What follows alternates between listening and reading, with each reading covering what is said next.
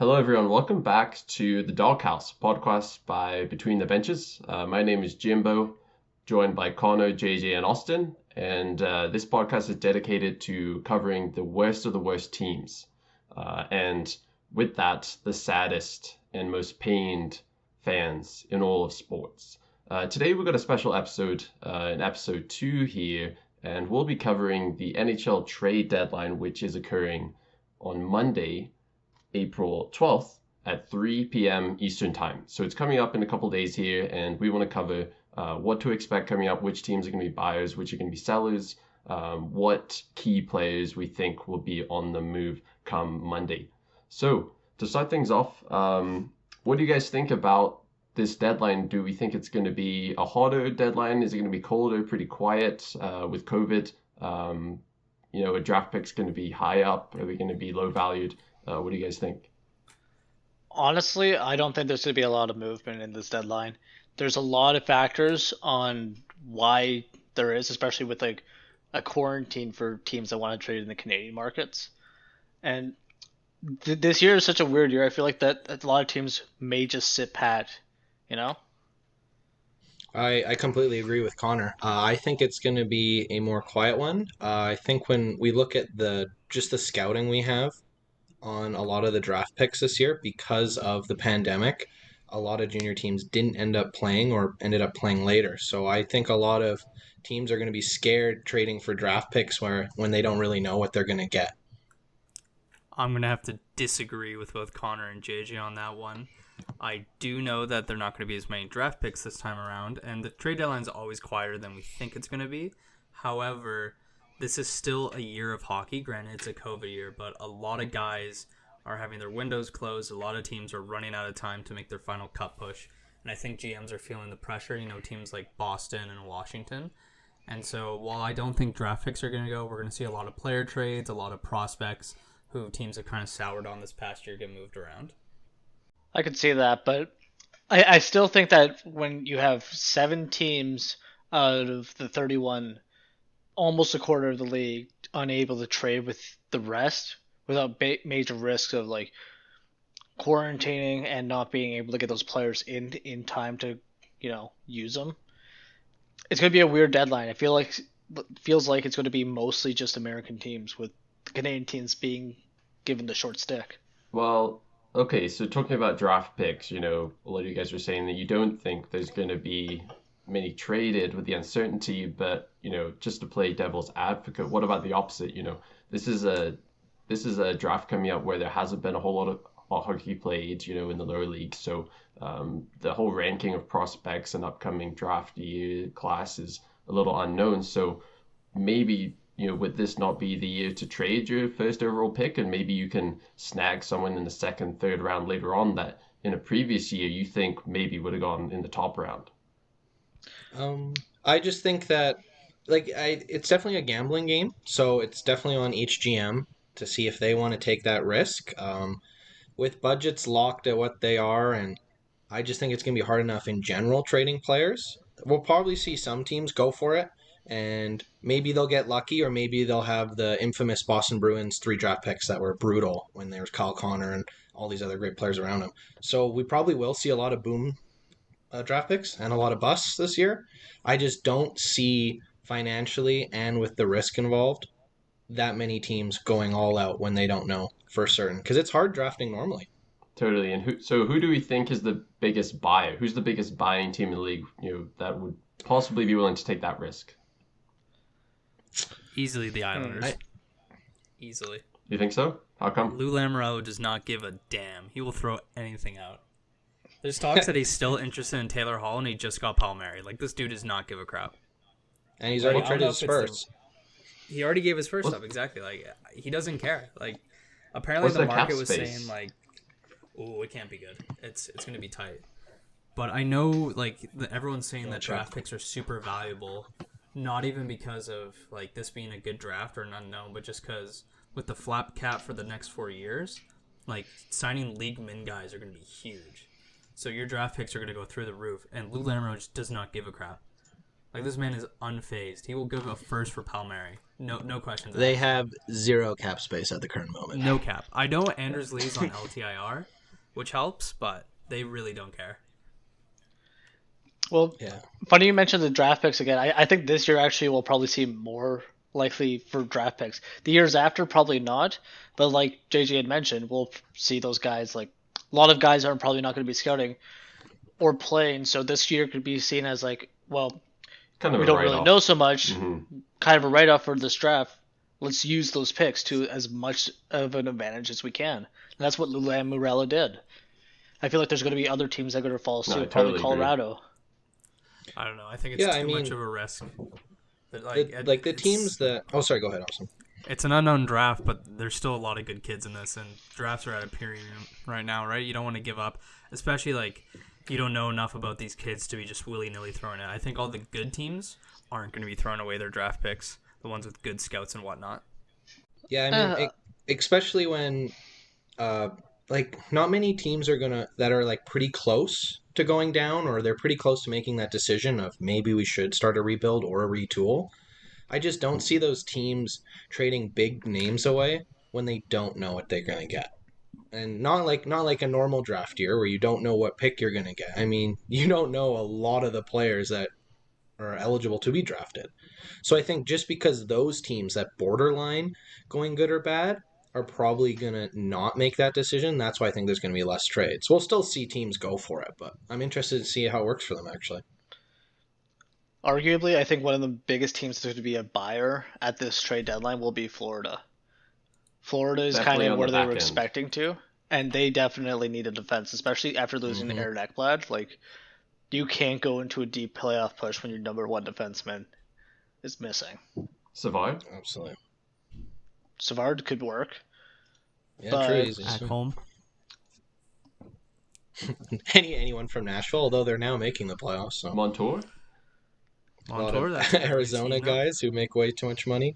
The issue with this year's trade deadline too, which might halt the process, is there's a lot of buyers, like I said, but who's actually willing to admit that they're sellers this year?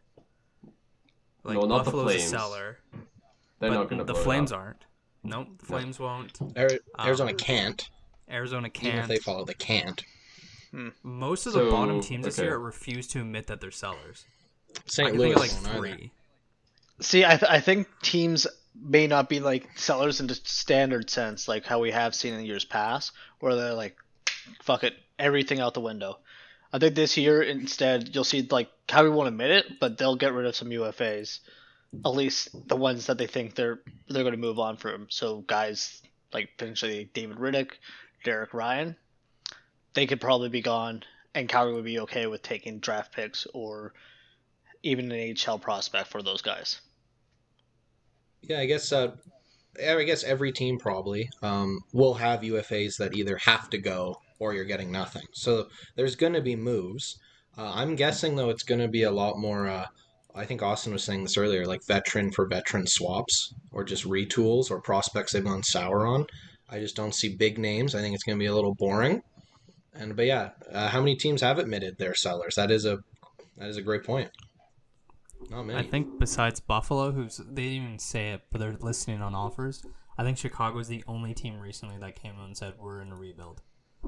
Everyone And yet else they is keep either doing done well. or going through it. So Patrick Kane ain't on no rebuilding team, though. yeah, He Patrick said Kane that. does not allow rebuilds. Neither does Adam Fox, apparently. Yeah, I mean the Islanders are not the Islanders. The Rangers are supposed to be done their rebuild with Lafreniere and Kakko, but they kind of suck at developing guys. So I do wonder if they're gonna sell or try to be buyers and make that last playoff push. Try to give away Capo or Laugh for a superstar? Maybe not That- Laugh, but Yeah, Kakko, I mean that maybe. could be That'd crazy. whack. That could be crazy. Yeah, but there's no way you'd get any decent return with the amount of like points Caco's put up. It's basically just wasting a pick. I mean, his defensive game has really rounded out this year, though. Like, he is a beast in his own end, and he's young. Yeah, he's only but 19, he's right? He was drafted yeah, two but drafts his ago. offense is just like Then they'll probably just keep him. Makes more sense that way then. Yeah, like it sometimes it takes kids a while to turn it around. So that's why I think it's going to be a small year. I mean, I just don't see much happening. Usually, even up in like around this point in time, a couple days before the draft when we're recording, we hear a lot of rumors, or we pretty much know some trades that are going to happen, and then they just happen. Right now, I don't know much about anything. I don't. It seems pretty much closed off. The list is a lot of just UFAs, and a lot of them you're like, well, I don't think they will move. So yeah. Fair, It's but I really mean, yeah. we also have to consider like the Seattle expansion draft is also coming too. So Oh, that's that a could good be point. another reason why guys might want to be trading Well, is because, for instance, like I'll use Calgary again for an example. If you don't trade a guy either like Backlund or Bennett or a guy on the back end, you're gonna have to leave one of your like favorite or better players exposed.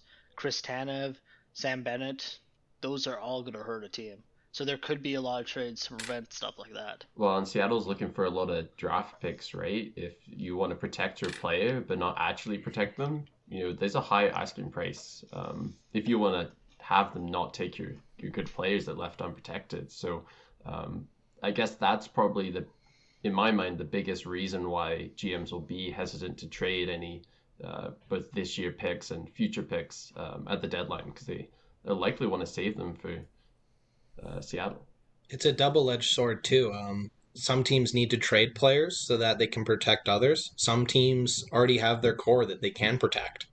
So we might not see GMs trade for guys who even on long-term contracts because they're scared that they're just going to lose them or someone else when Seattle takes their draft pick. So I think there might be a lot more teams or GMs waiting until the draft, the NHL draft, when Seattle's there on the table waiting to hear trades before, and that's when I think we're going to see a lot more big moves. It's just safer that way.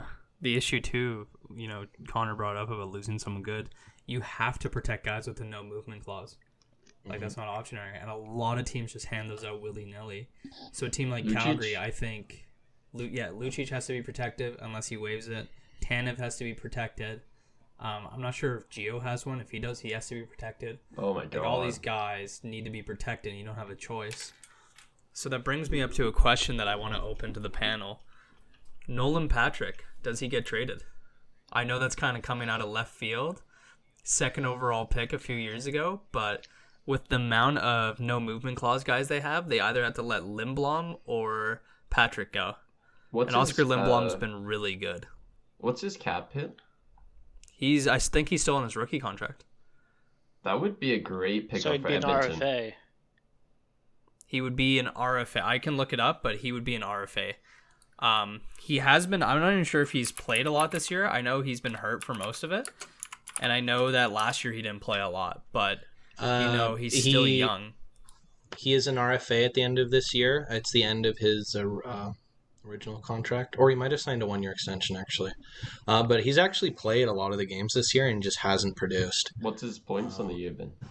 It's not good. I'm pretty sure it's like 2 goals, and let me just double check them before I say something silly 38 here. games, he has 4 goals and 3 assists, and he's a minus. Yeah, 4 18. goals, 3. Ooh, that's And not he's pretty. on he's close to winning the Masters if you look at the plus-minus race in the NHL.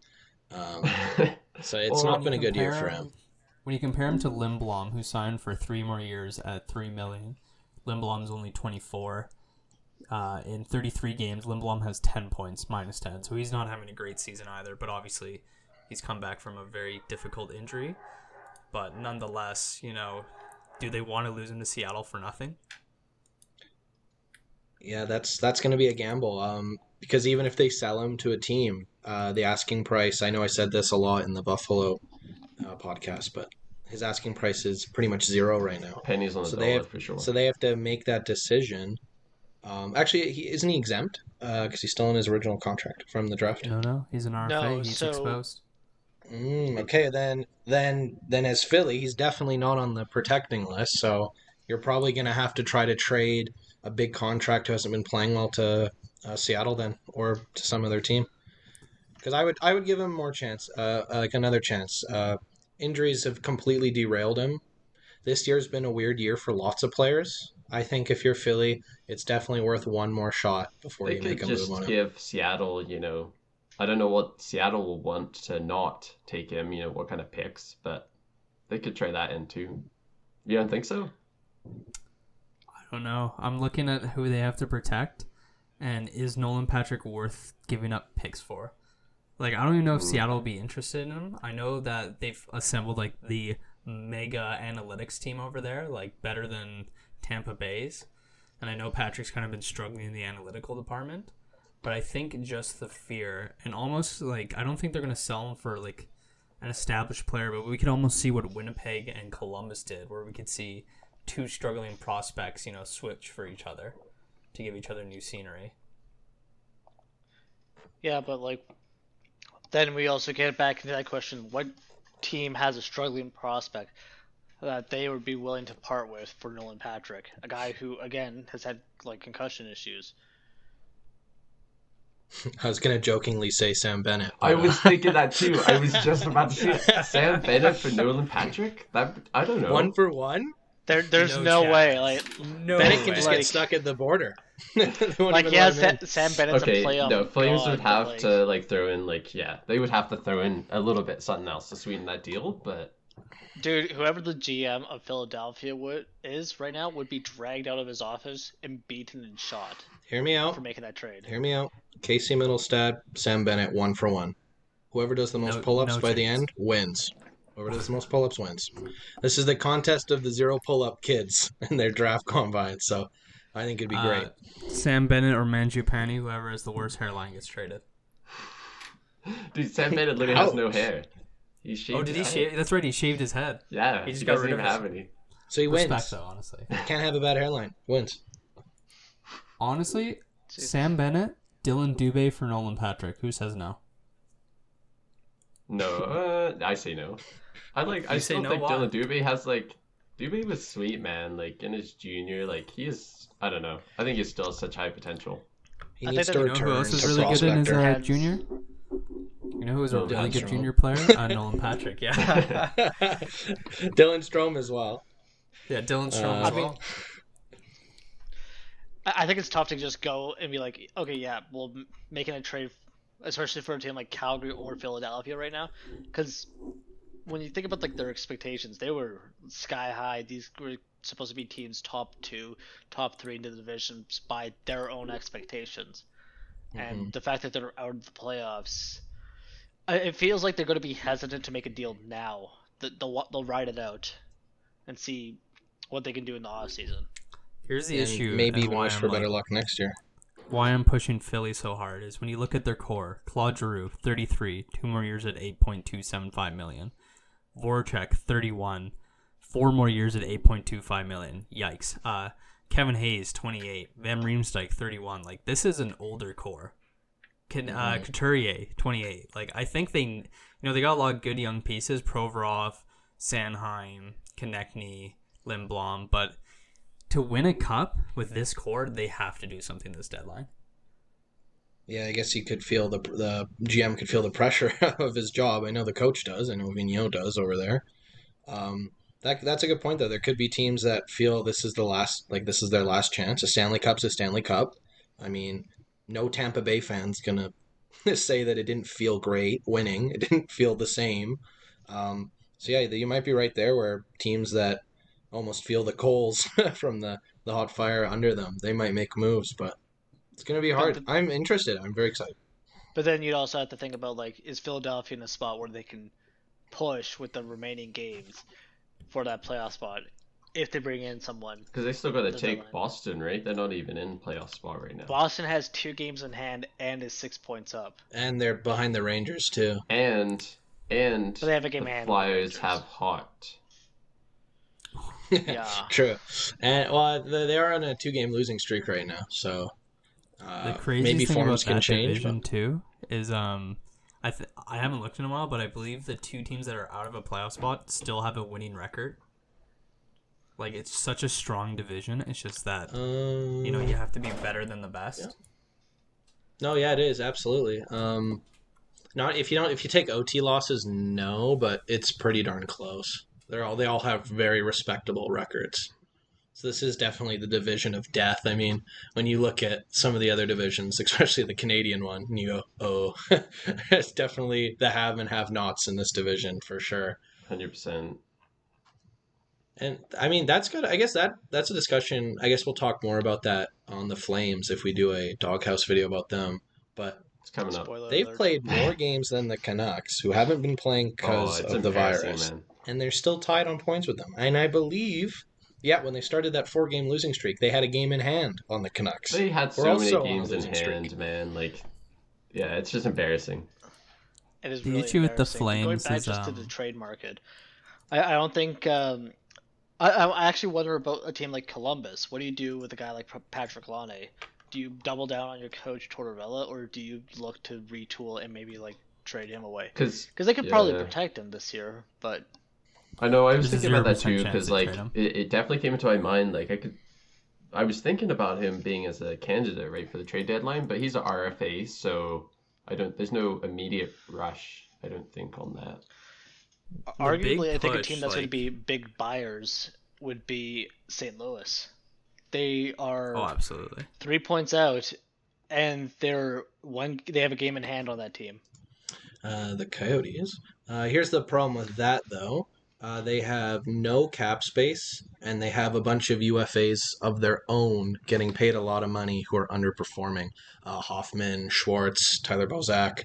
So if they make a move, they're going to have to give a bad contract back. So that team's automatically going to have money. And they're probably going to have to give a draft pick or two to give back that bad contract. But yeah, I mean, they just won, so they might still be in that we're the champions mindset. So they might absolutely make a push. I mean, they're Yeah, not I that bet they far miss out Peter from their Angelo cup right win. now, though. Oh man, They're definitely not that far out from their cup win either. Like, I can definitely see them, maybe making a move. The issue is they're kind of shooting themselves in the foot. Like, they're refusing to play Vince Dunn the minutes he requires, and Vince Dunn's an amazing, good young defenseman, right? Mm-hmm. Tarasenko's just fallen off a cliff with all his shoulder injuries, and they refuse to acknowledge it. They keep playing Kyrou not enough minutes as well. So I think how reliant their GM is on older guys, I think he's going to make a move, and he's shown he's willing to pay a lot to get the guy he wants. He paid a lot for Scandella. So, who they go after, though, that's the question. Maybe they circle back on Taylor Hall. Maybe they try to go for some other, top 6 forward who'd be available. I'm not going to say any names, but Monahan would be a good candidate. But, They're not gonna there's trade him definitely at the low deadline. moves. You don't think especially with Monahan's going to go? quarantine. Tree Living's not a deadline guy, man. He does all his dealing in the summer. He's never You don't been a think he deadline feels guy. the pressure on his seat right now? Oh, 100% Oh. he does. Like You don't think he is Tree in Living he is absolutely went in to the doghouse. owners and was like, please give me money in this pandemic year. I need Tanev and Markstrom. Please, please, please. We're going to win the cup. And he's looking at the standings and he's not going to get rid of somebody? There's going to be a Who's he move. going to take back? Who's he going to take back from St. Louis? That would be fair. Not just Dunn. fair, but Put like him on the table. I mean, Then yeah, you- but then like that who's your doesn't really first-line solve center? the issue. Yeah, you run into a center depth issue in Calgary really quickly. If And- Monahan is your first line center, that is a bigger center depth issue than trading him away. 100%. Well, he's And actually second line, actually. You know what? That's a whole If different he's conversation. if he has a top 3 center, that's an issue. That is He's literally been a whole hot garbage this episode. year. Because Blues He's been need a hot garbage scorer, this though. year, but he's been really great for like most of his career. Like I said, this is a pandemic year with weird, wonky divisions. It's tough to really hold players accountable to their stat lines this year. and, That is you true, know, but Monahan's playing in the easiest division in the year. You talk about the Flames and Tree Living, and if they're gonna trade anyone at the deadline. Also, there's a disconnect between what Tree Living thinks is happening this season and potentially what is actually happening. Because Tree Living thinks that this is essentially a year of underperforming players, right? Like basically everyone in their top 6 is underperforming, and he's kind of essentially blaming on that. Whereas the case could be it's actually just the fact that, and what I personally think is that the core just isn't good enough. You don't have good enough players. But that's not Tree Living's view, and so he feels no rush to fix that because he just thinks it's just an off year for everyone. I would I like think to we get should- into that, but we should save the Flames. Yeah, we'll content save Yeah, that for let's for say the another day. Flame stuff for. I think we all have a lot of things we'd like to say about the Flames.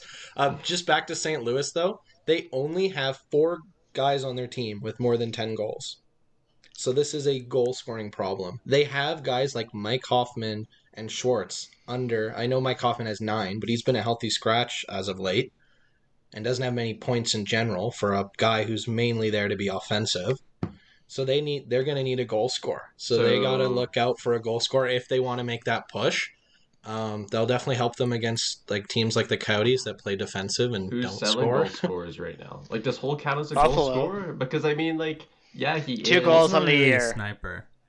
Their Hall's a highest goal playmaker. scorers. Yeah. Their highest goal scorer in St. Louis has 13 goals, and that's Perron and Ryan O'Reilly. They're tied, but that's not a lot. Like, I remember when the Coyotes were brutal a couple years ago, and it was this crazy thing that, oh my gosh, none of the Coyotes players have made 20 goals.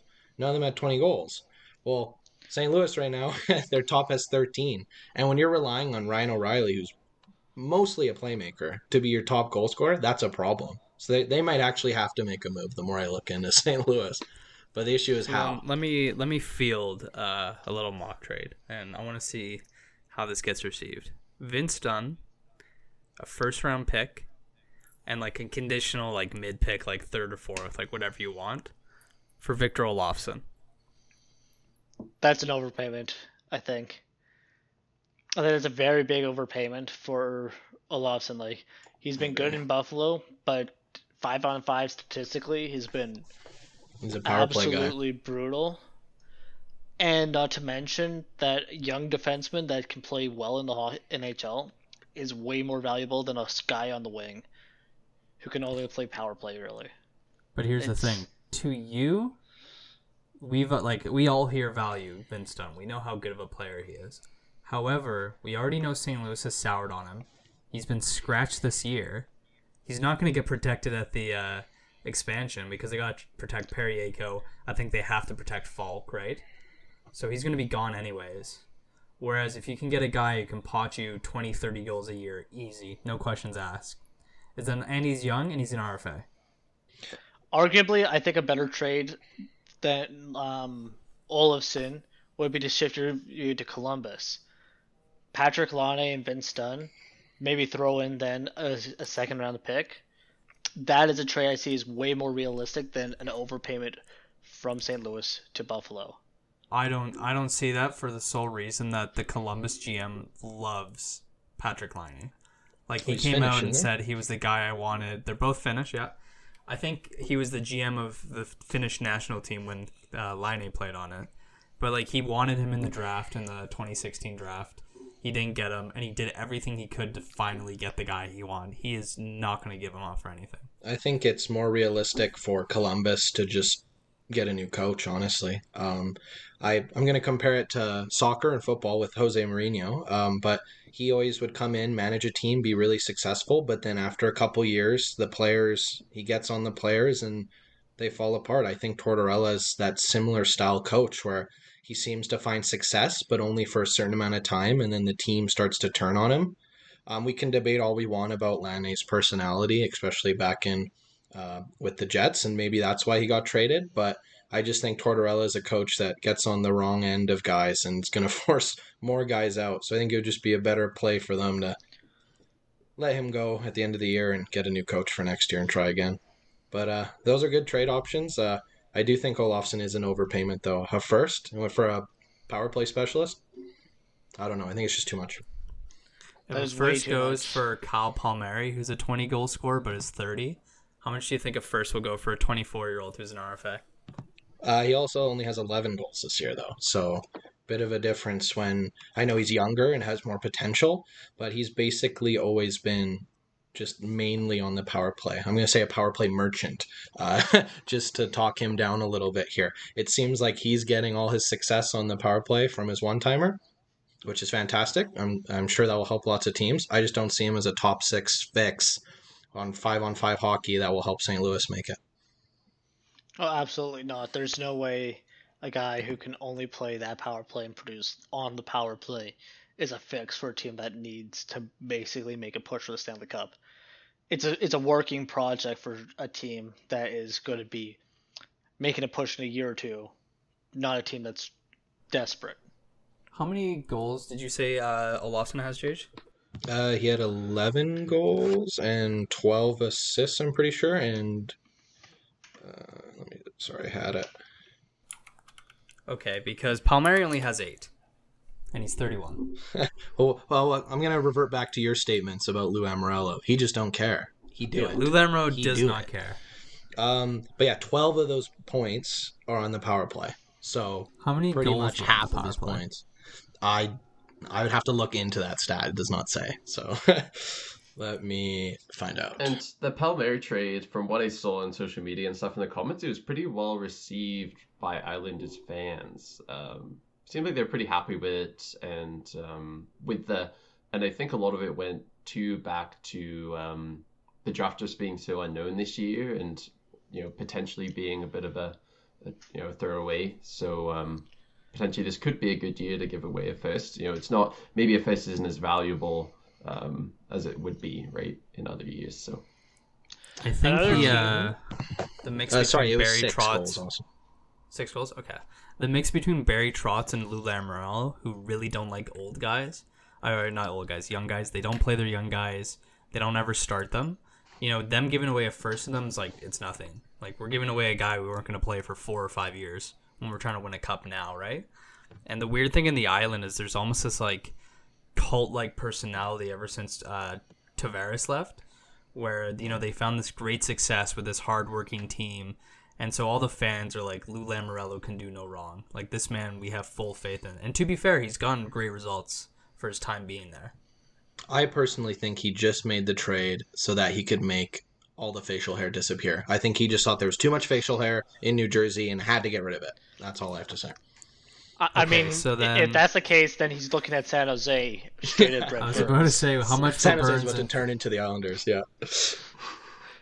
Do the Islanders sign Joe Thornton for a 1-month contract just to make him shave? a day contract.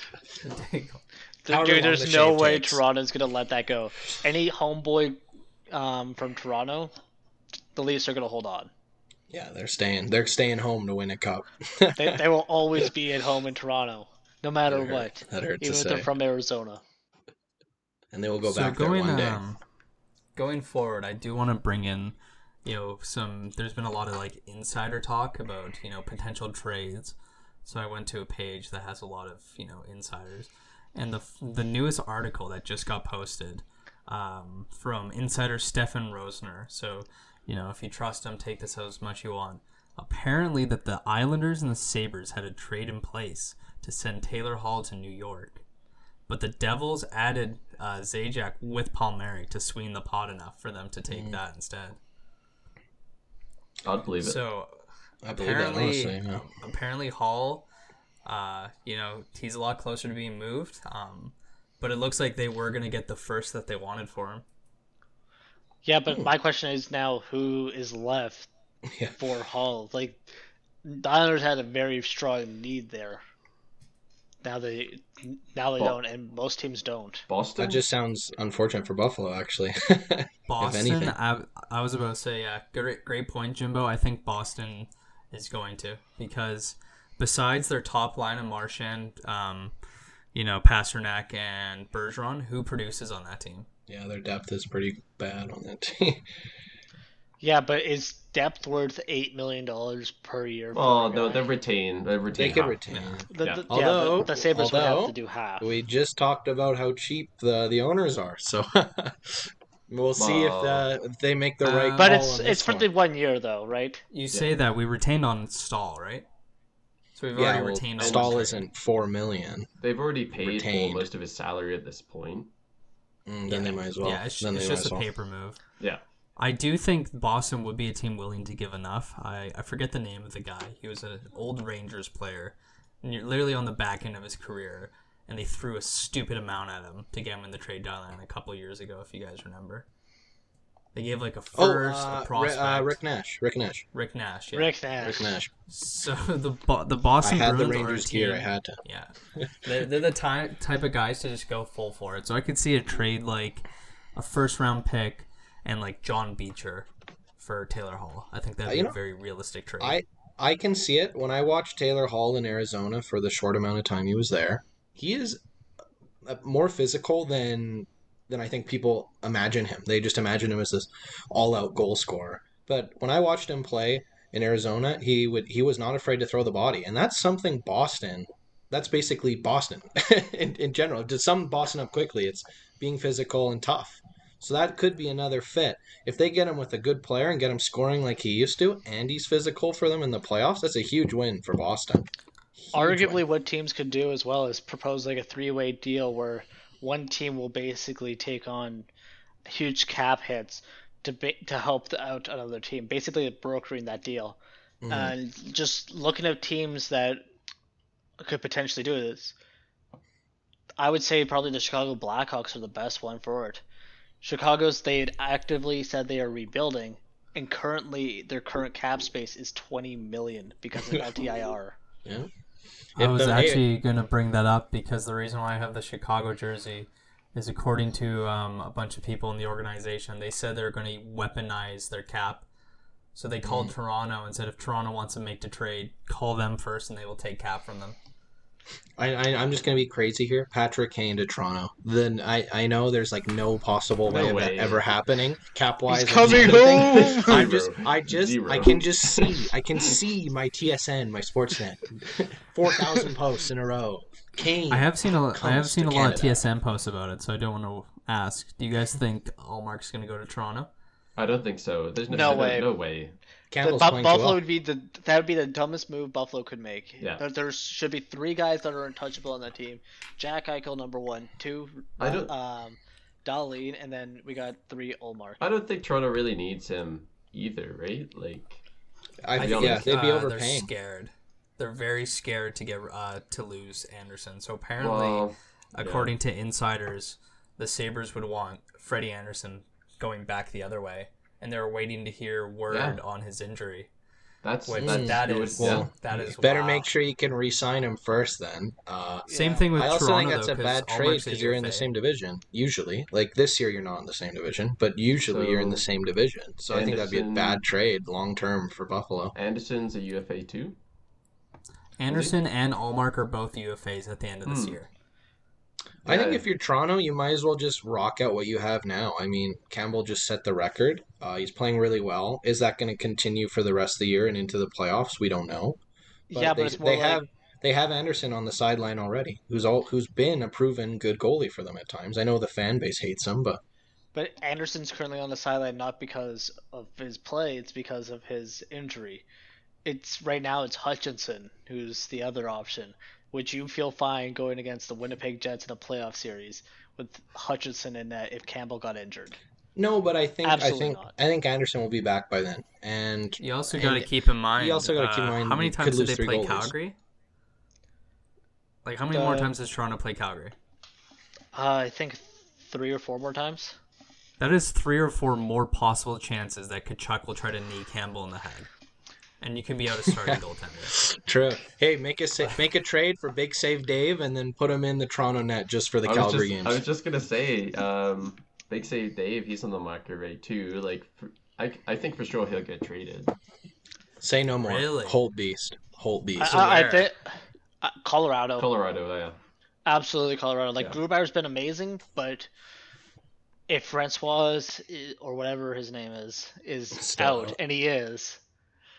You need a backup goaltender, and they even made a big move they did make a move to try and take one of Buffalo's goalies. It hasn't panned out. They need a backup goaltender. So does Tampa, actually. I'm pretty sure Vasilevsky has pretty much all of their wins. I'm just gonna fact check myself on that. Not to mention this cap move is it's cheap, it's affordable. Calgary wouldn't need to be eating any contract. Colorado could afford it. And they would still have cap space. And Big Save Dave is not gonna. You got to think he's not gonna re-sign in Calgary. He's a UFA.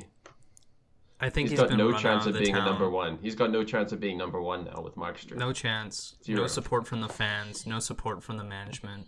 The team lets him down every time he plays in net. Like I think he's a gone. He got done. Vasilevsky has won every single game for the Tampa Bay Lightning except for 3 this year. Tampa could be looking for a backup goaltender too. Are they going to pay the price that Riddick is going to command, though? I'm not saying it has to be Riddick. I'm just saying I think they could Do you look for a think Riddick backup will goalie. command a big price? I I don't know don't if think you're he gonna will get I that think either. much Trey for him. Levin's gonna want a lot for him. He's not gonna get that much for him, but like he's gonna. It's either you get a little bit for him, or you get nothing when he walks. So I always think goalies are gonna command more than they do. Like, what was it? Lehner got traded last year's deadline for a second round pick yeah, it was after winning unbelievable. the Jennings. It's because After winning goalies the are so hot and Jennings, cold. like- It's because they're so hot and cold, and it's always scary when you see teams throw money long term at goalies. Oh, and how many Yeah. times have you seen Calgary go out and get a pretty good goalie, and then it just never works out. So And then they're good somewhere else. How does that yeah, happen? Goalies are so Alright. weird. Well, There's we like can- Darcy Kemper. He was brutal until LA had a good season in LA when they were bad. Had an okay season in Arizona, and now all of a sudden it's like he's an untouchable. He's not going Plus, anywhere. there's 5 goalies in the league. I would say 5 goalies who can steal a game for you. Other goalies will give you great games, but it is the team that decides who wins. Right? Absolutely. So, I don't But- think Riddick is one of those 5. He's definitely not one of It's not those even a 5, debate. but of the guys that are on the trade market for goaltenders, it's tough to find a better goaltending option than Riddick. You got guys like Chris Dreiser from Florida. Not sure if Florida's too keen to move on to him. He's basically their starter right now. Elvis Merzlikins, maybe. Like, I think Not there's the not way a lot Corpy's out been there. playing. Not the way Corpy's been playing. I don't think so. Yeah, I think Corpy's the one gone, as much as I hate to say it. Merzlikins has been playing for that Hey. starter role. Arizona has 3 good goalies: Nhl, Antti Ranta, and Darcy Kemper. You could see Ranta at 50% for 1 year. He's a UFA at the end. So you, as our Arizona expert, at the start of the year, Armstrong said he didn't come out and say it, but it was very heavily implied he was trying to look to trade Kemper to recoup the assets they lost for cheating. Do you think he still feels that way this deadline, or do you think he's going to hold on to Kemper? Well, I just think cheating is such a funny word to use there. I mean, it was total misunderstanding, and obviously Chaika had meant nothing wrong when he did all those bad things. But I bet you he tried, and I don't think many teams would have been willing to pay for Kemper because in Arizona he is the team. I mean, we saw it in the playoffs last year. I've seen it in countless games. He can save the team, he can save the game whenever he decides to. And even when the Coyotes lose, he'll have nights where he has more than 40 saves. So I think for what the Coyotes thought he was, compared to what other teams think he is, nothing was ever going to happen. I definitely think he tried, but the Coyotes would have been asking way too much for him, and no team is going to be willing to pay that, especially when they can just wait and get a backup goalie if they need one. Not many teams that are making a playoff push are desperate for a starter at the moment. So, but yeah, so I think he would have tried, but I don't think anything would have been close. Kind of like OEL, just nothing came there. Apparently got really close with Boston, but they just couldn't figure out the numbers to get her done. And But that that's contract. another thing too, is Arizona's up against the cap. So if they're giving away Kemper and Ranta gets hurt all the time, so they're going to need another goalie for sure if they make that trade. With Boston, who are they taking? I mean, well, they're both old, is what I'm saying. They're good goalies in Boston, but they're both old, which is not really what Arizona needs. They kind of need a just younger looking team. at Boston here, both of their active goalies right now are emergency loan goalies. Like, Yeah, they're both hurt. Rask is hurt. IR. Yeah. So, what is the situation on them? Like, should they seriously That's a be good point, considering a starter goalie? Like, Maybe we see Kemper go now after all. because I think Rask's situation is pretty unknown right now. I know they're also scared of, quarantining, right? They want to get guys as quick as they can. So it's gonna be nuts. I'm bringing it there, but blockbuster trade, Hall, Allmark, and Reinhardt for just whatever you can fit back from Boston. I mean, it makes sense. Olmark and Hole like, both No. make a lot of sense, but it really comes down to what is Boston willing to give up, right? Like, and what their cap, right? Like, they're probably pretty close to the cap. They got 1.5 million of space, so they got to relieve some of that. Yeah. There's- So definitely Krejci would be coming back because Buffalo will take that contract. But then from there, you'd have to definitely work out the numbers.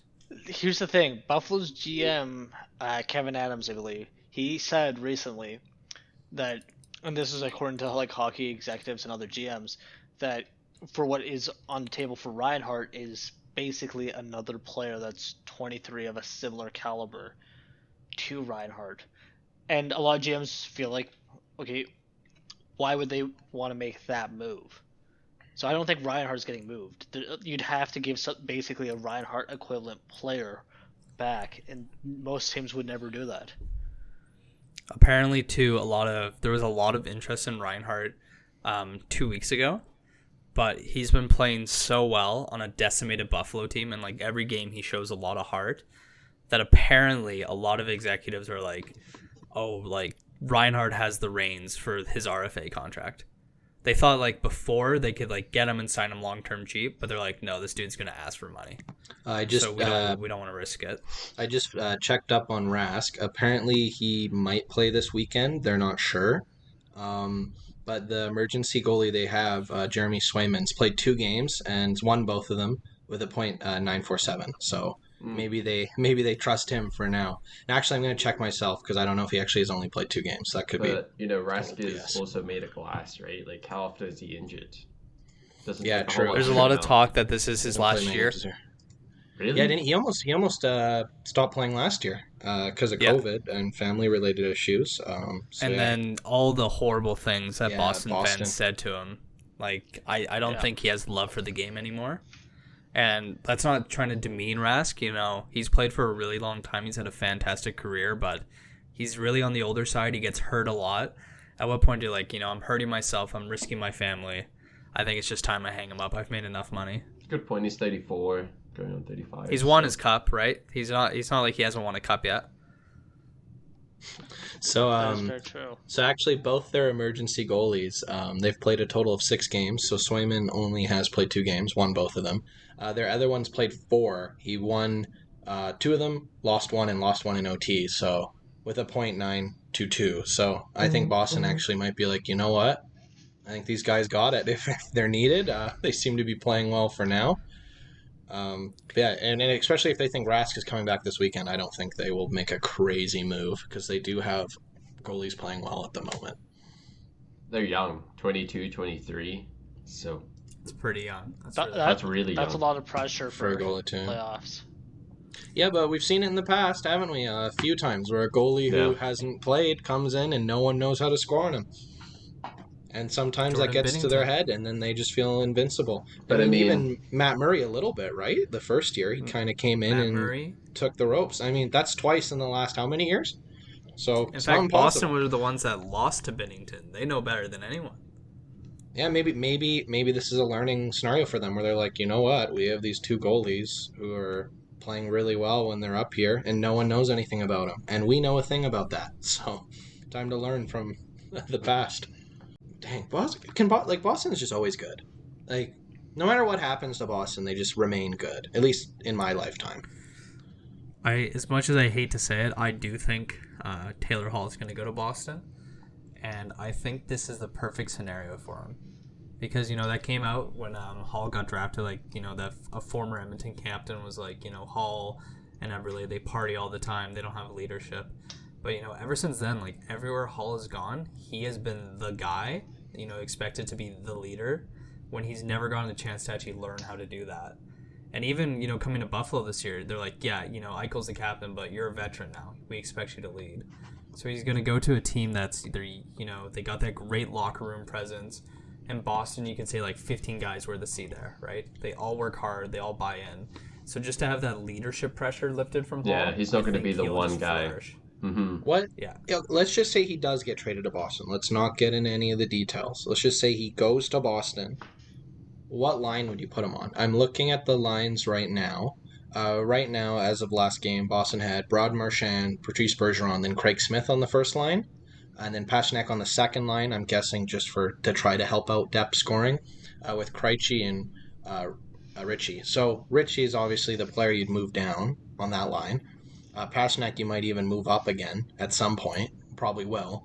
But who do you put him with to really make that second line gel? Because if you put him with Pasternak, right, would be the second line right now, it's two very similar players. If you move Pasternak up, he doesn't have a lot of support. So I'm interested to hear what you guys think they can do line-wise. I know Charlie Coyle's been really good in the past, but he just hasn't been playing well this year. Same with DeBrusque. And I'll hand it off to you guys. I don't know. Taylor Hall and Pasternak sounds really sexy to me. It's a sexy idea. That sounds so It's a sexy good. idea. But I just think it'd be two players who are both just shoot-first mentality on the same line. I think you'd want to keep them a bit Hall spread can out. be a playmaker, though. Like, I he just knows don't how to play that game. I don't think he's as good as it, though. I think he's better when he's the guy on the line. And the issue is when you look at Boston, on their right side, it's all goal scorers, right? Pasternak, goal scorer. Craig Smith is a goal scorer. DeBrusque can be that goal scorer.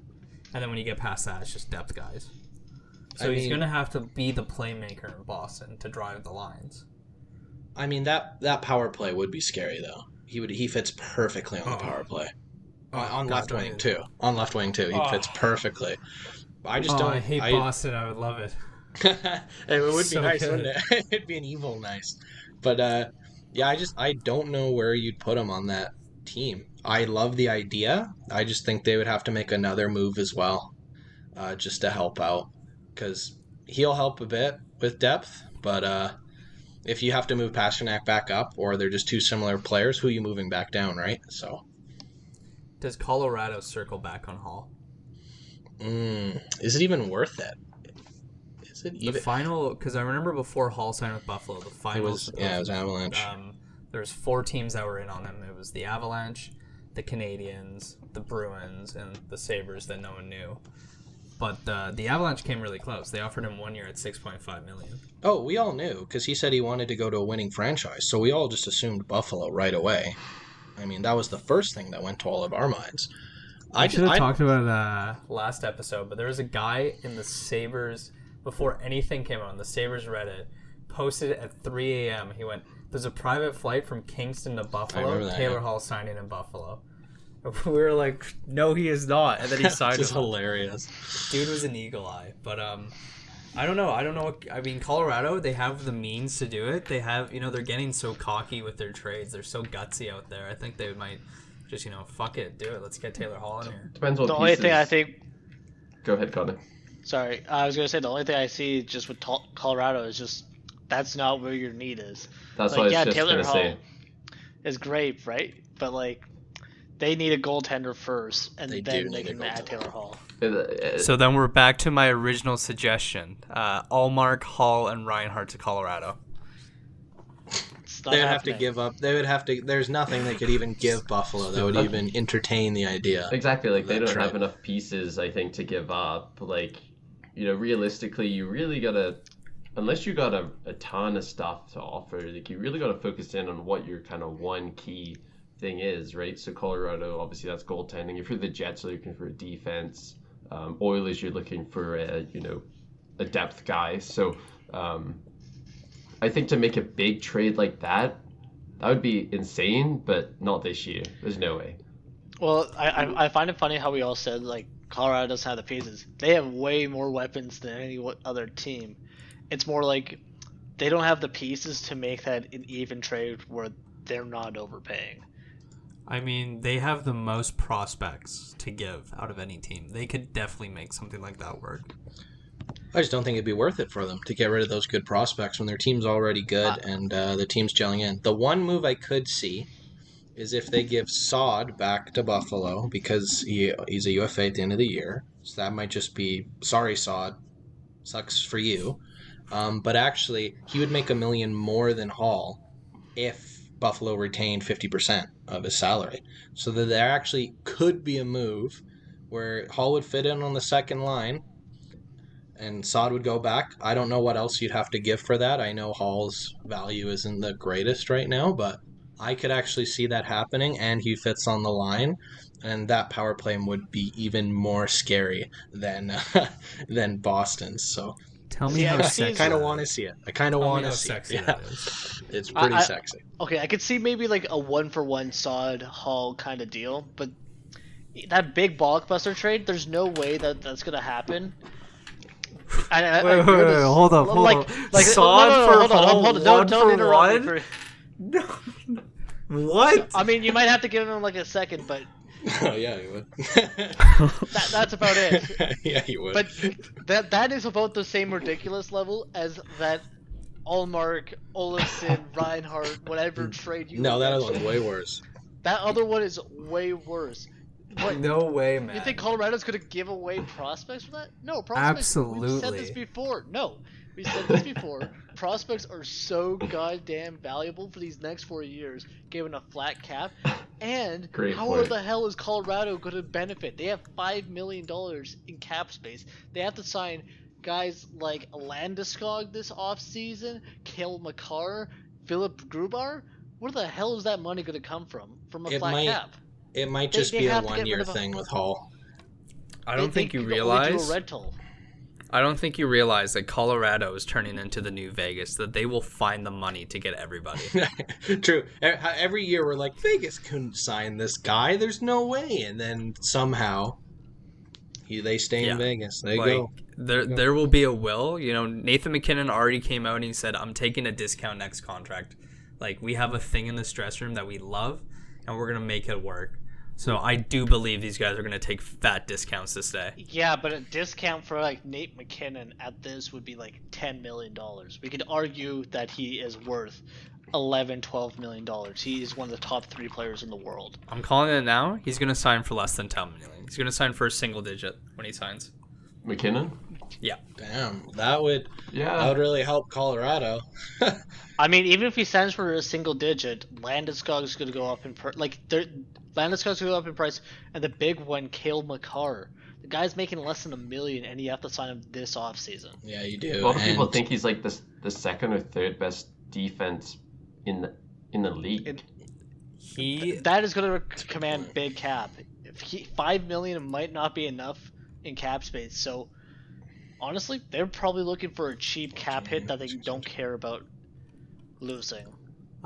In terms of Cale Makar, he is the best defenseman in the neutral zone defending, and he's one of the best stick handler defensemen. So I would say he's top 3, honestly.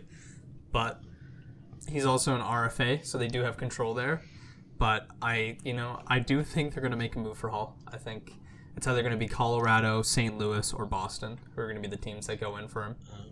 they No have Toronto. 17.8 million coming off this year. That doesn't include players they're going to want to try to re-sign. You think I mean- Toronto, James?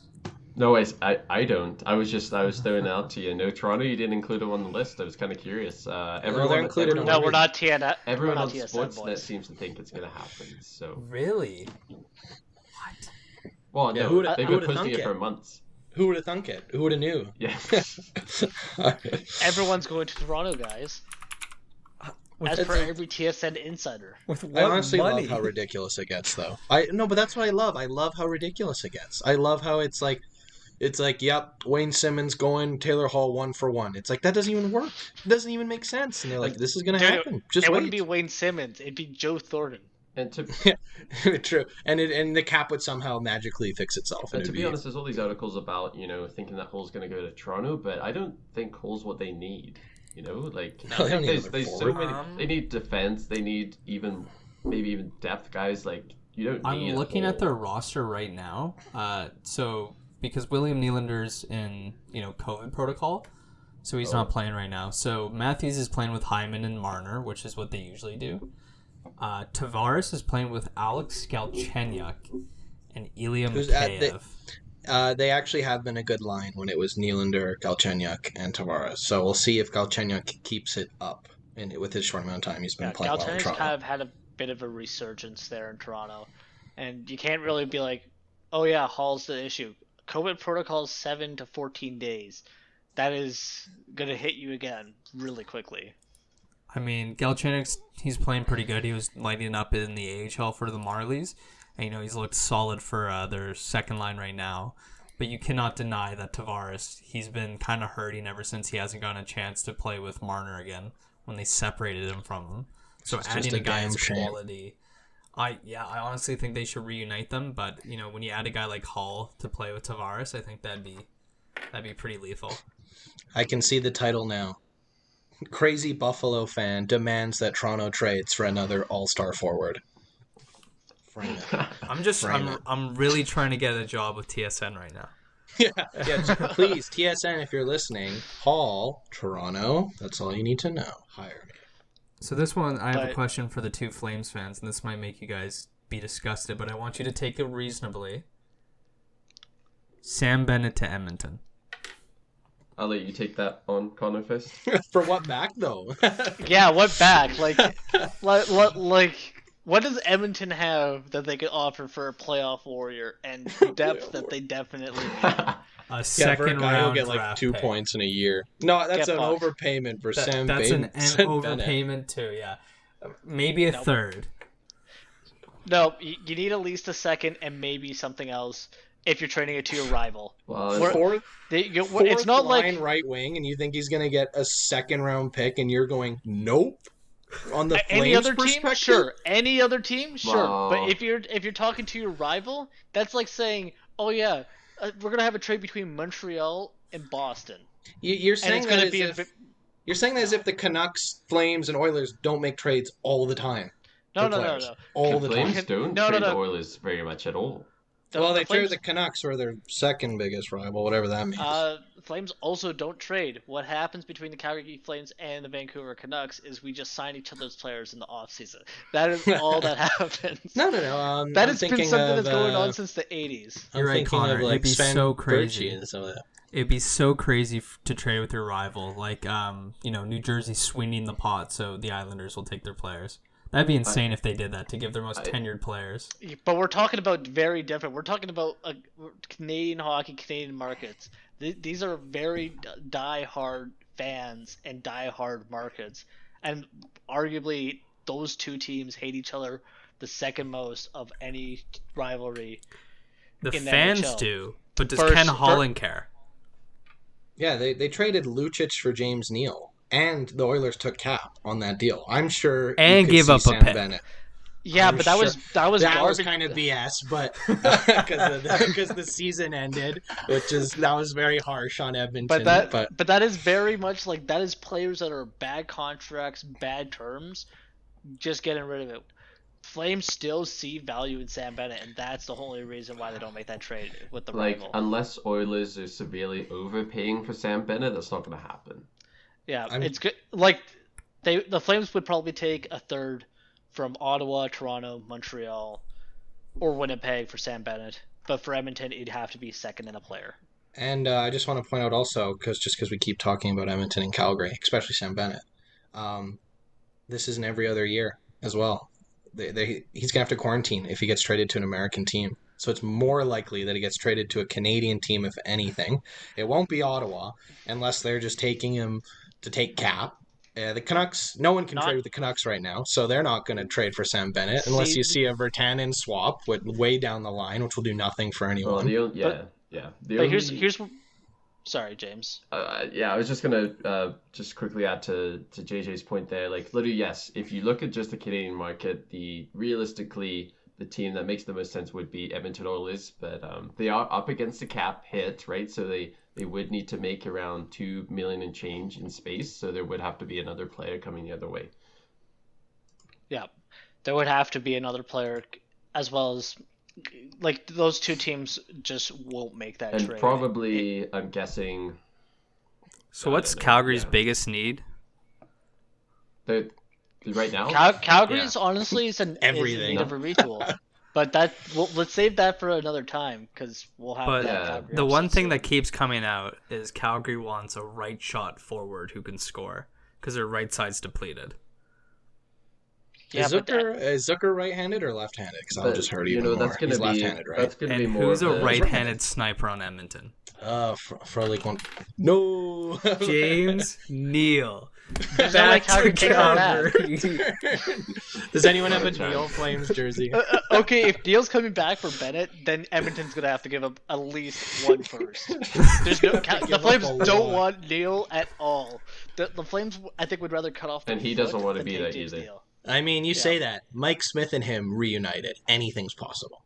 After the making a effing save comment Neil made to Smith in Calgary, they reunited, so anything's possible. I think there's still some like love and hate loss in that, but Yeah, Mike that's Smith has all the cards there because James Neal sucks ass right now. But He's on the taxi I squad. did want Mike's to just say making saves. I did want to say one thing though. That whole thing about the Canadian markets, that only applies if you're a buyer to quarantine. Canadian markets can sell. There's no quarantine in the States. It is 100% like if you're a seller in the Canadian market, they you do can have sell. to quarantine in the States depending on how they get there.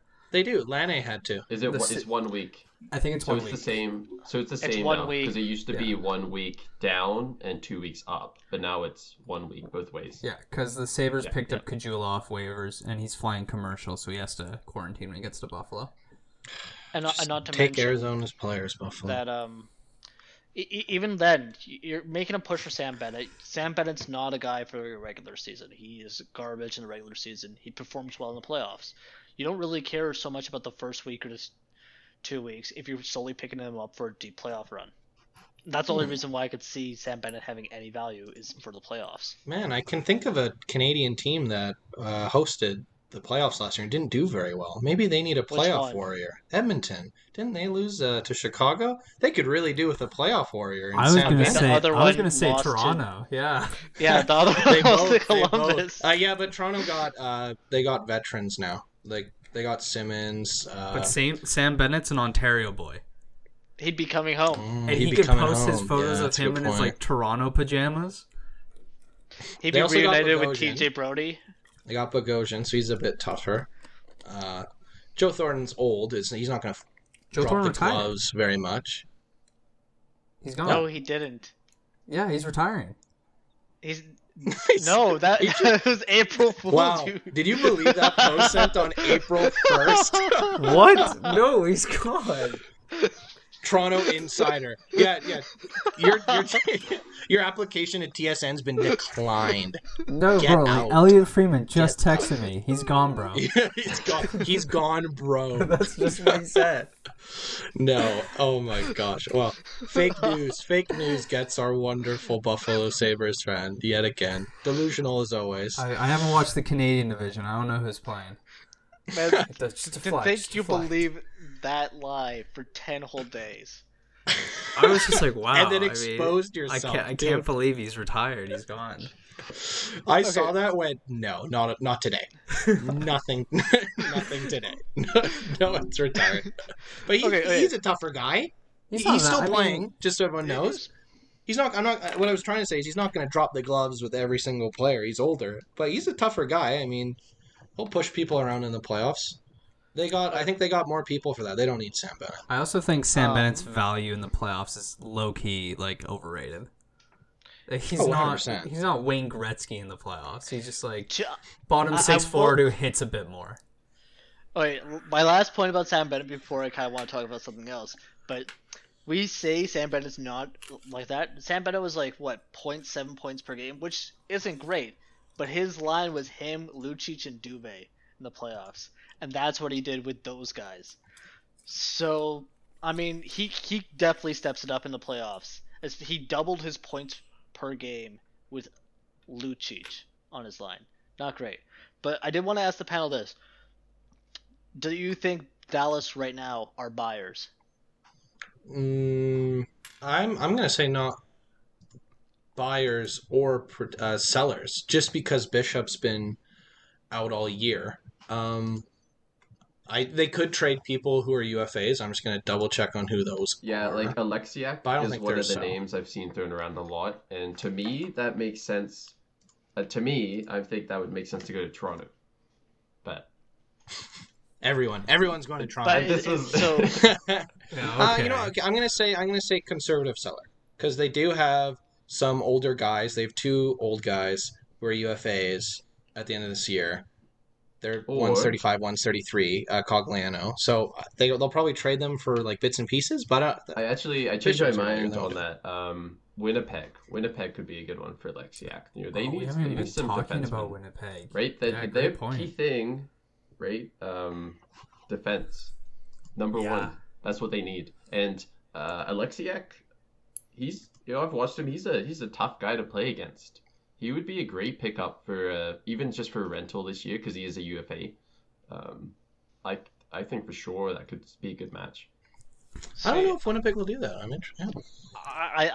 I'm very adamant that actually Dallas will not be sellers. They'll be buyers at this deadline. Really? Right now, they're 7 points out, but they have 3 games in hand. And Yeah. considering how far they were last year, Stanley Cup final, they definitely don't want to go into Feel a the pressure. rebuild or be selling guys. I think they're definitely going to be buyers, especially with the money they've spent on guys like Sagan and Ben. Sure, they could feel it's their gonna, time. I think they're just gonna stand pat. Like they realize this season's kind of been a wash. You know, you make it to the cup final, all your guys are beat up, and then right at the start of the year they get COVID, they're sick. Hintz has been playing hurt all year. You know, I think they just go, it's a screwed up year. Our guys are beat up. We're just gonna rest, and then next year we're gonna sign someone in free agency, and we're gonna make a full blown push. Bishop's been out all year too, right? Like if they make the playoffs, I think they'll be happy, but I don't think they're gonna do anything to get there. Now that I've taken like a much deeper look into it, just to entertain the idea, just when you were talking about Philly at the start of the podcast, and you were saying, Austin, you were saying that like this might be their last chance, this might be their time. Yeah. Well, I think Connor was bringing that up just before also, but when I'm looking at some of their players, like this might, and their team just in general, this might be their time. Like it might be the year they have to, because pretty much everyone on this roster, except a few players, are over 30 or pretty close to 30. So, including the goalies. So this might be a year where Dallas does feel that pressure. But I'm still going to say seller. I don't think they're going to make it. Interesting. Prove me wrong, Dallas. Prove me wrong. After James bringing up Winnipeg, that does remind me, you know, Winnipeg, they want to make a push. They have a great goalie. They have one of the best forwards in the game, but their defense sucks. They have great pieces. I wouldn't say sucks. Yeah. So about a year ago, apparently, according to an insider, that Winnipeg offered a trade to Buffalo, Nikolai Ehlers for Rasmus Ristolainen, and Buffalo said no. Fools on Buffalo, the way he's been playing this year. Yeah. He has more So points I than Kyle do Connor. wonder, now that Buffalo is down and they're going to be selling, does Winnipeg circle back to try to get Ristolainen or Montour? Ristolainen. I mean, if you look at their lines, it'd be Tucker Pullman who they could pull out, because Ristolainen's right-handed, correct? Yeah. Big right shot defenseman. Exactly. So then they could do Morrissey and Ristolainen, and that's a lot better than Morrissey Pullman. Morrissey and Ristolainen, holy crap. I don't know what Winnipeg would give up. Definitely not Ehlers the way he's been playing this year. They're not going to give up Ehlers. 100% not Ehlers. Shifley, no. Kyle Connor, no. Stastny, probably not, because he's a one-year rental, playing well in the second line, no point. Pierre-Luc Dubois, I don't think so. Kopp's probably not enough. And then Wheeler's hurt right now, and they won't trade Wheeler. So do you give away a draft pick and a prospect for Laine? Or I mean, for Ristolainen? because Risto's signed for a year after this, isn't he? Yeah, and he's a young right shot, physical. Although he's a UFA, right? Yeah. That's something you have to be careful with Winnipeg, is just when you're bringing players in, are they going to want to re-sign at the end? We've seen it in the past. Paul Stastny got brought back, which was fantastic to see. But yeah, if let's say they had a trade where they're not giving up big pieces, draft picks, and they can get Ristolainen back, I would want them to still have that discussion with like, hey, how would you feel about staying around here after? Because if they just lose him after giving up good draft picks and they don't win, it's going to look like a big fail on their part. But Winnipeg has no cap space. yeah, they have none. So they would have to give some money back. Yeah. And that's the thing too, is where you could see or Prote, probably butchering his name. He makes a lot of money and doesn't produce very well and it's done at the end of the year. So maybe you throw him in and then some draft picks. The only issue is if you're throwing in enough though. If you're throwing in a bum, like if you're like, please take Perot, then you're gonna have to sweeten the pot a bit more too, right? Well, I mean, I'm going to disagree and say not a bum, because he's been playing third line this year and he's on the penalty kill. So then, yes, he's overpaid. He's overpaid, but for Winnipeg to then give him up completely, then they're gonna have to replace that third liner, which their third line's been pretty good this year, and then they're still going to have to give more to see if they can even get the cap space to get Ristolainen. And then they might only have him for a year in like 20 games, not even, if he doesn't want to stay. You said not Stastny, but Ristolainen only makes $5.4 million. Stastny makes 6.5, Yeah. And he was signed because they wanted to have Laine to have a good center. But they've traded Laine for Dubois, who's a center. He's been playing really well this year, though. So And I don't know. I mean, obviously improving their defense helps, but this just back to the when you replace the third liner guy, then who do they put on the second line to replace him? I know Wheeler's out right now, but when he's back, that will help. But who do you replace on the I just second think line? when you look at their defense, it's just so poor that if they genuinely want to be considered contenders, they have to make a move. I don't know if Ristolainen's the move, but a move needs to be made. Well, here's another thing to consider too. There's a lot of defensemen going to the UFA market, and Might as well just the wait. playoffs are going to be weird. You're playing your own division for the first 2 rounds. I think with how Winnipeg's done against their own division, they might be like, okay, we're content. We can make a cup final, see how we stack up in a playoff series. Then we'll make a move. Let's do nothing crazy and then use that $6 million that was on Stastny, and I believe it was like 4.5 or 4.25 as well on Pro. Take that, get a defenseman. I know it's hard to get UFAs in Winnipeg, but maybe That's that's another their thing you game got to plan. think about. You got to, who's going to want to go to Winnipeg. Exactly. But then So, at Yeah, that would point, Risto you gotta, even want to go? Would Risto even want to go? Does he have a no trade? I he don't think does. he does, but if they went to Risto like, hey, we're thinking about trading too, he already says yes.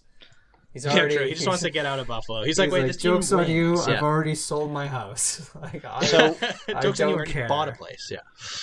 we brought up this idea earlier. What do you guys think about Vince Dunn to Winnipeg? In RFA, Winnipeg gets control, and it makes more sense because you have a better chance of signing him as opposed to a UFA. Vince Dunn would be the dream for Winnipeg, but the issue with Winnipeg is they have really good high top end prospects, Ville Hinola, Cole Perfetti, and then they just have a bunch of bums. They don't really have any middle guys that you need to get, yourself a Vince Dunn. So they're either going to overpay for him or somehow swindle St. Louis. Potentially. If they even make that trade, because again, Canada-America border. Makes it so less interesting, doesn't it? With all these little things that might happen. Although, on the other hand, something that we haven't been talking about, and I think this might be very interesting, and this definitely affects goalies more than players, is there a competitive edge getting a player that you have not seen all the year? Yes, I'm going to pull out my Arizona fact book here. Arizona won a shootout because Colorado took Buffalo's goalie, who had never watched Dvorak take a shot, and Dvorak does the same move every time, and it fooled him. So, obviously, in the playoffs, they're going to be doing a bit more research and on higher-end players, but I don't think it'll be that big of an edge, just because, we've seen him in Buffalo playing for years, especially teams out east like Toronto and Montreal, who are going to be the main competitors. Well, I guess Edmonton as well, against Winnipeg. So they've all seen him play for a long time. If we're just talking about Ristolainen, if we're talking about anyone, it could be if they're like east-west, I think, like traditional standings. That could be a move that maybe it's like, whoa, who's this guy? Or I didn't see that before. But generally, no. I think, especially in playoffs, they're going to do lots of scouting on all the players. And there's still a month between trade deadline and end of season. That's a lot of time to get them, view them, and then the amount of work that goes into, like you say, JJ, the scouting and reviewing video clips and stuff like that. Like, I think there'll be enough data, like, in that month for playoffs. Like, just to use Binnington as an example, they didn't have footage because there was no footage. Where if they traded for, like, let's say St. Louis all of a sudden had, like, Mike Smith. Let's just say Mike Smith was their goalie, just because I love using him as an example. They would have years of footage, even though he'd been playing up in Canada, playing them only a couple times. They would have footage. Or let's say it was an Eastern goalie. Let's say Anderson got traded to St. Louis. There would still be that footage, even though a lot of Western teams wouldn't know the player or how the goalie does, what their weakness is, etc. Kind of like Koskinen. They just watched his footage from the KHL. KHL, right? I might be wrong on that. Or before. Yeah, KHL. I just want to make sure I didn't get that wrong. And they realized his glove hand up high was pretty weak. And then he's worked on it a lot, to his credit. But the footage was there. Where Binnington, there wasn't footage. So I think that will make a huge difference with that edge, which I don't think there will be that edge if they've already been playing professionally. One team I could see making a trade with the Jets, just looking at the roster, and this would help a certain team out with the expansion draft coming up. And this might just sound gross to the ears at first, but really give it some thought. Mark Giordano to Winnipeg. He has 2 years left, though, doesn't he? Jimbo, can you at least pretend to like your captain? Dude's smiling. He's about to throw his Giordano jersey on the ice. He's about to be like, sign me up yesterday. I think that'd be a bad trade for Winnipeg, to be honest, because he's signed next year as well. So then you have pretty old. He's signed till, so then you have a pretty old guy he's signed. signed until he's like 39 or 40, if I remember correctly. So, but he hasn't slowed down. He also has a no trade clause, so the odds of him going to Winnipeg aren't very high. Giordano's been a big defensive liability for a lot of reasons, and his offense is dried up. Yeah. He's definitely slowed down. Yeah, And he's left-handed, so you'd have to play him second pairing with Pionk, who's mostly offensive. So if he's defensively not reliable, that's a big downgrade. No, Pionk's been pretty good this year. And him with Forbort has been a good combination. Forbort's been that almost like that Mark Mathot to Carlson. Wait, Forbort's on the second pair? Yes. Yeah, no, he's been good this year. Like, he's just been the defensive stud, and then Pionk's the offense. And sometimes to that's be all honest, I would love Forbort if he shot right in Buffalo to play with Dahlin. He set a franchise record for most block shots in a game this year with 11. That was pretty nuts. I mean, I guess if you're a pylon, that's the best you can do, but he does block a lot of shots. No respect for a top 4 pairing defenseman in the NHL. Top 4 on Winnipeg. Last year in Calgary, sometimes he was a it fits. scratch. Sometimes the system fits. Like with Arizona, Lyubushkin always plays with OEL. Is it because he's the second best defenseman on the Coyotes? No. Yes. Well, yes, but no. It's because he plays really well with OEL, where a lot of the other guys don't play as well, and it really brings him up. And you see this like with Ramus Anderson, the Flames. I know now he's a lot better than when he first started. Well, I guess maybe not this year, but he would always play with Gio. Terrible. He would always play with Gio. Even when he wasn't the big name, when he wasn't the big money man, he would play with Gio because it was just a good fit. And sometimes good fits are better. Anderson has been the worst Flame this year, if you look solely based on analytics. He's been bad, but the Flames probably won't give up on him considering he's young. And again, it's a COVID year. I don't think they have a choice. They signed him for how long? 6 years, I believe. At like $4.6 million or something like that. 4.5. Yeah. For 5 years. 5 years, 5 years, 4.5. Yeah, go ahead. An interesting thing that has come out of Calgary, actually, and this was a bit earlier in the year, was apparently there's been a falling out with the team and Kachuk. So I do wonder if you guys think, probably not for the deadline, but going into the offseason, do you think a move could happen there? No, because the core's bad. Yeah, no, 100% no. But that's definitely something we can ponder in the Doghouse episode 3. Yeah. I'm just going to say no, because the core is, like James said it earlier, the core isn't a winning team. So then to like get rid of him and then everyone else just wouldn't make sense. Yeah. I actually do have one question, and it's kind of similar to Connor's about Dallas. How do you guys feel about the Sharks? Because they are actually not as far off as we all think they are. They're close. They've played 38 games. The Blues have played 39. The Coyotes have played 40. And they're only 5 points off from the Coyotes. And this is a team that's strapped with big contracts. So do you guys think that they might make a move? Yeah, exactly. Do you think because they're like they have to be good now, do you think they're going to make moves and try to be better? Or do you think they're just going to stick with the team they got, go, if we make it, we make it. If we don't, we don't. See, here's the issue I've run with that is San Jose's like GM and kind of like president and their ownership kind of like, oh yeah, we're going to move in like more of a rebuilding direction. And Carlson said he doesn't want to be a part of that. That was a big headline. It's like, I don't want to be a part of the same thing I went through in Ottawa, right? Obviously, whether that's his fault or not, it is. But the thing with San Jose is like, if they decide to become buyers, who does that mean that their stars gain just a tremendous amount of power over the say of the direction of their franchise? I don't think so. I think like it's not even Erik Karlsson that makes them change. It's that Couture signed for 7 more years at $8 million with a no movement clause. Kane for 5 more years at $7 million with a no movement clause. Hurdle 2 years for $5 million, no movement clause. Their top 3 defensemen, all no movement clauses. all signed for at least 5 more years at over $7 million each. Like they And do the not youngest have one's the choice. 30. Yeah, and they do not have a choice. They have to do something with this core, right? Oh my gosh, Jones's contract. I forgot. Oh my gosh. I was just looking at what San Jose's current cap space is. Hear me out. Taylor Hall to San I was Jose. just about to say Every team in the Taylor NHL Hall. has Taylor Hall. He's going. Buffalo wouldn't need to retain. San Jose could afford it. San Jose has about $8.8 million in cap space right now. I'm looking. I actually, funny enough, while you guys were talking, I pulled up their lines to see if Taylor Hall was a fit. It almost feels like the summer again, when we're like, which team's gonna sign Hall? Where would he be a fit? We're right back there. It's just a repeat. That's But what on that happens in second kind of years. line, they have Rudolph Balcers playing on the left wing, and he's really been struggling. Like their left wing, besides Evander Kane's a really big drop. And tell me a line of Taylor Hall, Thomas Hertl, and Timo Meier wouldn't be sexy. That It would be pretty sexy. And now that I've looked at Jones's contract, there's no way. Because their goaltending's just not good enough. good. It's a pure It's just rental. not good enough. Pure Like, rental, they- just Yeah, to but- make a push.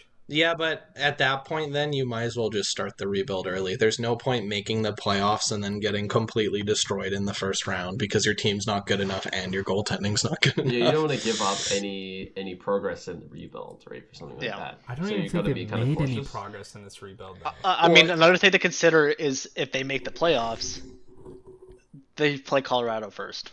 Well, I guess, Austin, just to sum it up, it's like if you're digging yourself a hole, there's a point where you stop and you put the shovel down. Well, then you realize, how do I get out of the hole? Where if they just keep digging, they'll never have that moment where they're like, okay, now's the time to Yeah, make, but the thing is- even with these bad contracts and everything, now's the time to like shift that way.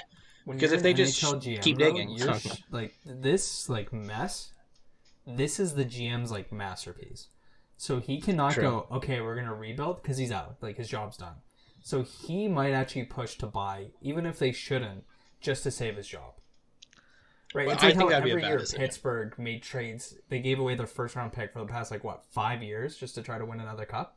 Yeah, but San Jose doesn't have Crosby and Malkin on their team. No, but they're trying to sell to the owners and their fans that Couture and Hertl can be that.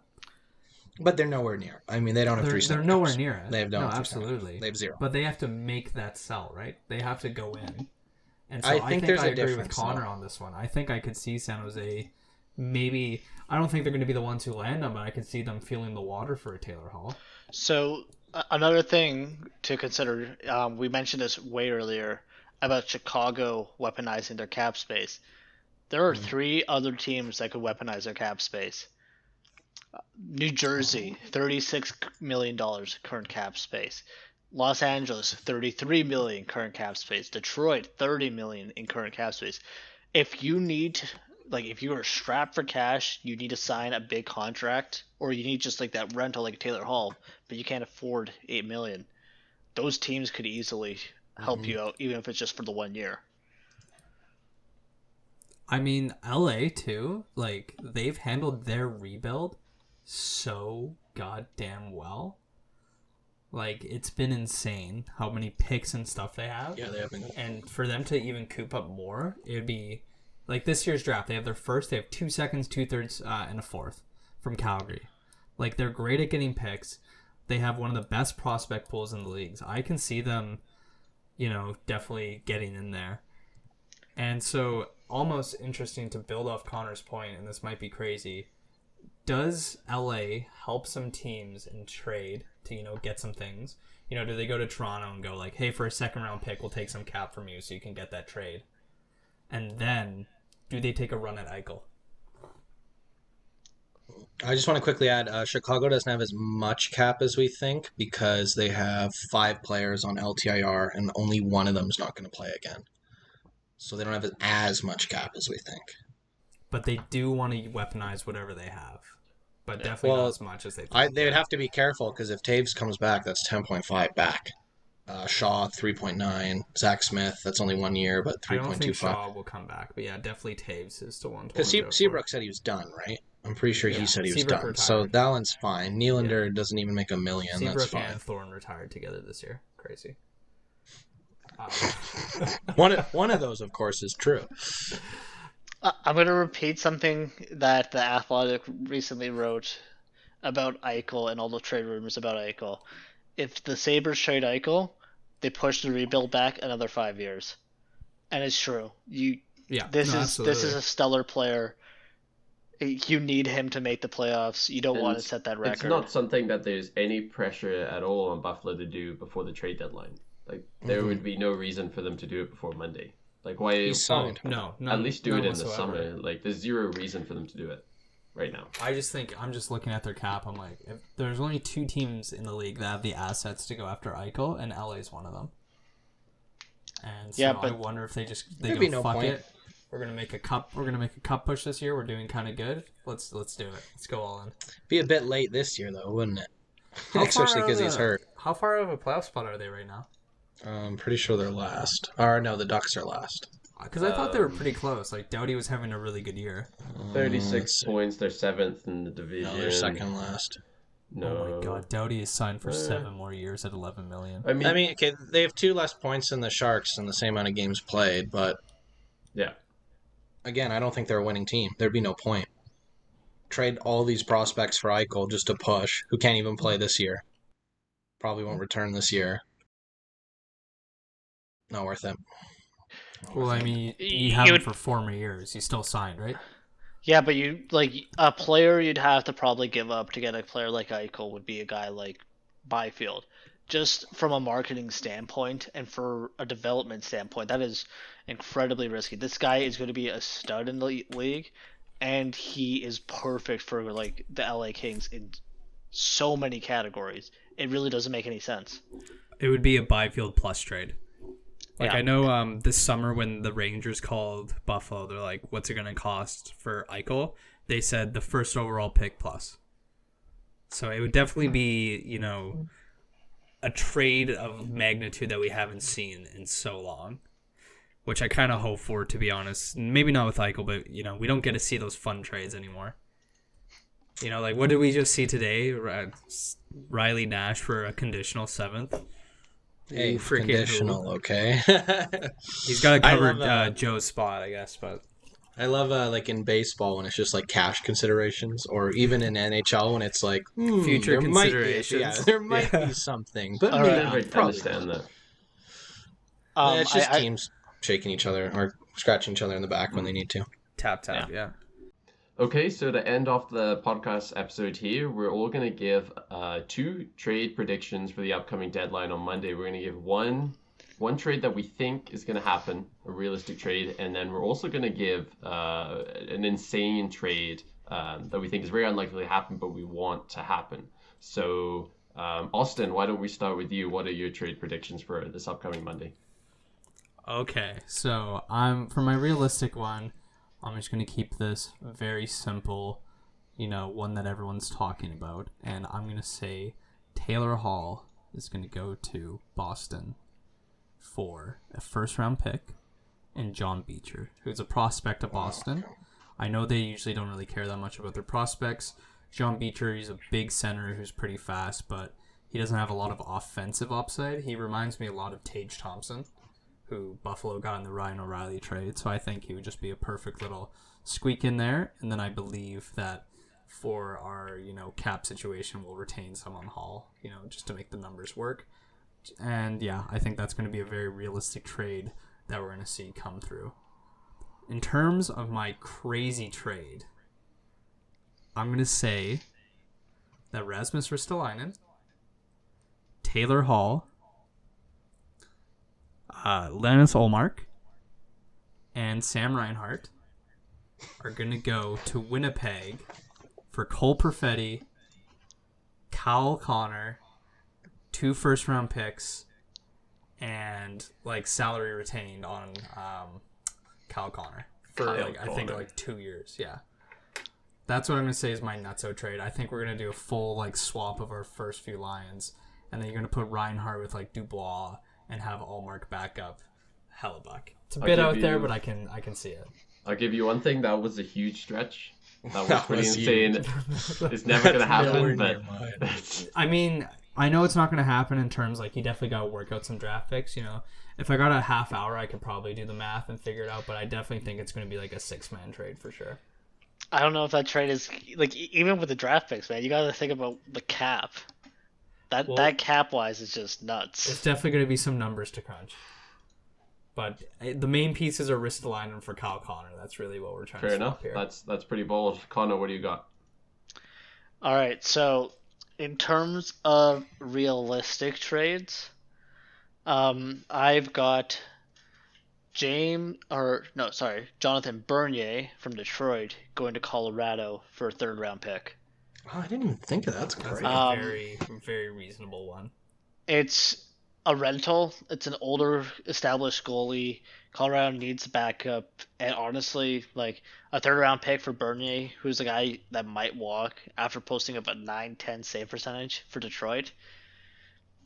You got nothing to lose if you're Detroit, honestly, and that gives Colorado some goaltending depth that they would love to see. My crazy trade would be Johnny Gaudreau and Sean Monahan to Philadelphia for Nolan Patrick and Travis Konechny. A center and a winger, and a center and a winger.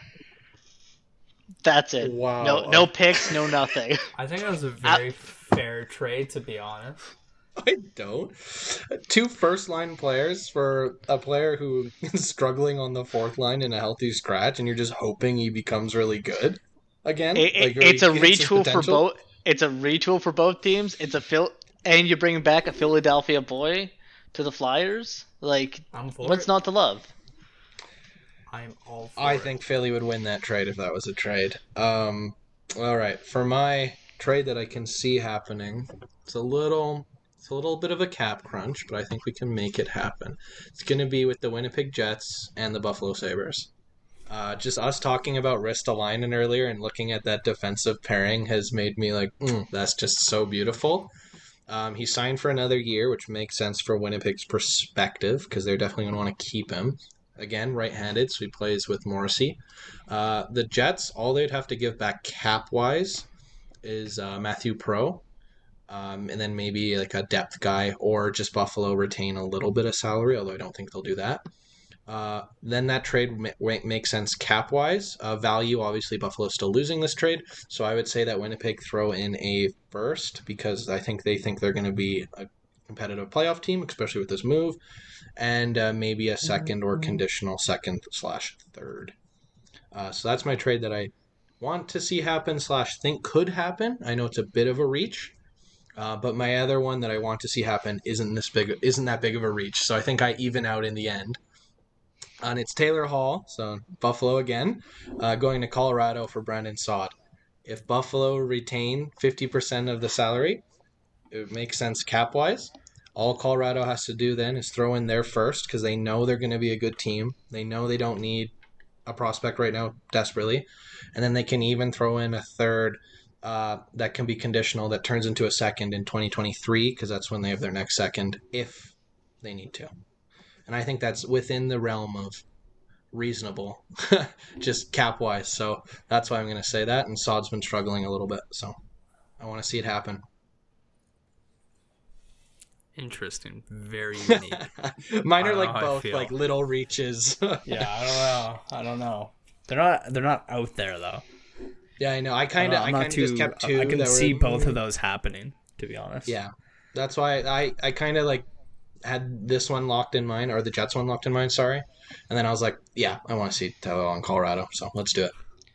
All right, now last but not least, Jimbo, what you got for us? Okay, so my first one here, one I think is likely to happen. It's not the most interesting one, but I have Montour going to the Florida Panthers for, I'm not sure who exactly, but a prospect and, say a second or third or something.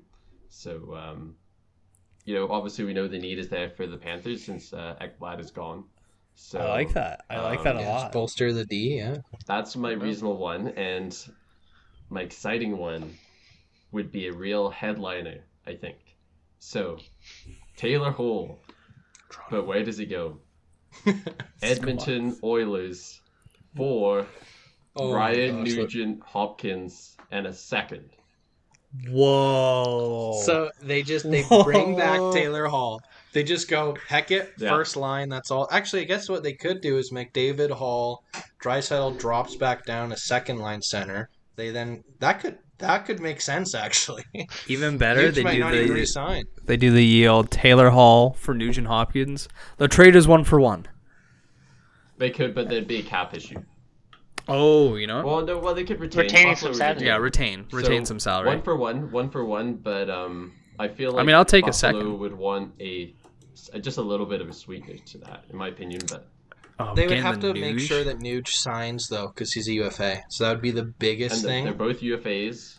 They've crazy. Even like to add on to it, they do like the good old trade and sign. So like you see the trade go through, and then like 5 minutes later, it's like Nuge has signed an extension, Hall has signed an extension, and they're the same. They're the same. For like 6 years or like 6 months. That'd be nuts. That would not be bad for Edmonton, honestly. 6 mil. I love that for. I love that for both teams. To be honest, I think that's a really, really strong trade. Because then Hall can just replace what Draisaitl's doing on the first line, and then Draisaitl just goes back to doing what he normally does, which is be amazing, back with his second line, and then Edmonton has 2 really good lines again. That gives Buffalo too the perfect second line center. If he signs, I think that would be the biggest thing because he's a UFA. So why would he be like Buffalo at the end of my career? But that would be awesome for Edmonton, in my opinion. I mean, Nugent's still got a lot of career left, but I just wanted to go. Speaking of Hall again, I mean, if let's say he doesn't get traded, does Buffalo somehow win this like draft lottery? Interesting thought. True. And Arizona never if won, he so gets, have a pick. But here's the thing: if he gets traded at the deadline, does that luck run out? Because Arizona acquired him at the deadline last year, so did they not get it because they didn't get the whole year?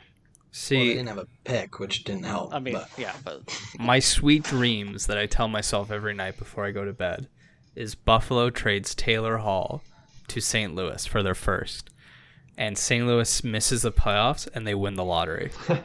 So Buffalo has picks 1 and 2. Revenge for winning a cup, Ryan O'Reilly. But I feel like the more realistic option is you do that and they win another cup and they win a second cup. Buffalo's like, we're done trading with you guys. Sorry. I do want to bring Taylor up Hall signs like 6 years for $4 million. One last thing, a little bit of contention I have with you guys. You know, I got a bit of heat for saying that Nolan Patrick might go. On the Real Kipper show at noon, which is Nick Kiprios' show, he is hearing that the Flyers are actively shopping Nolan Patrick hard this deadline.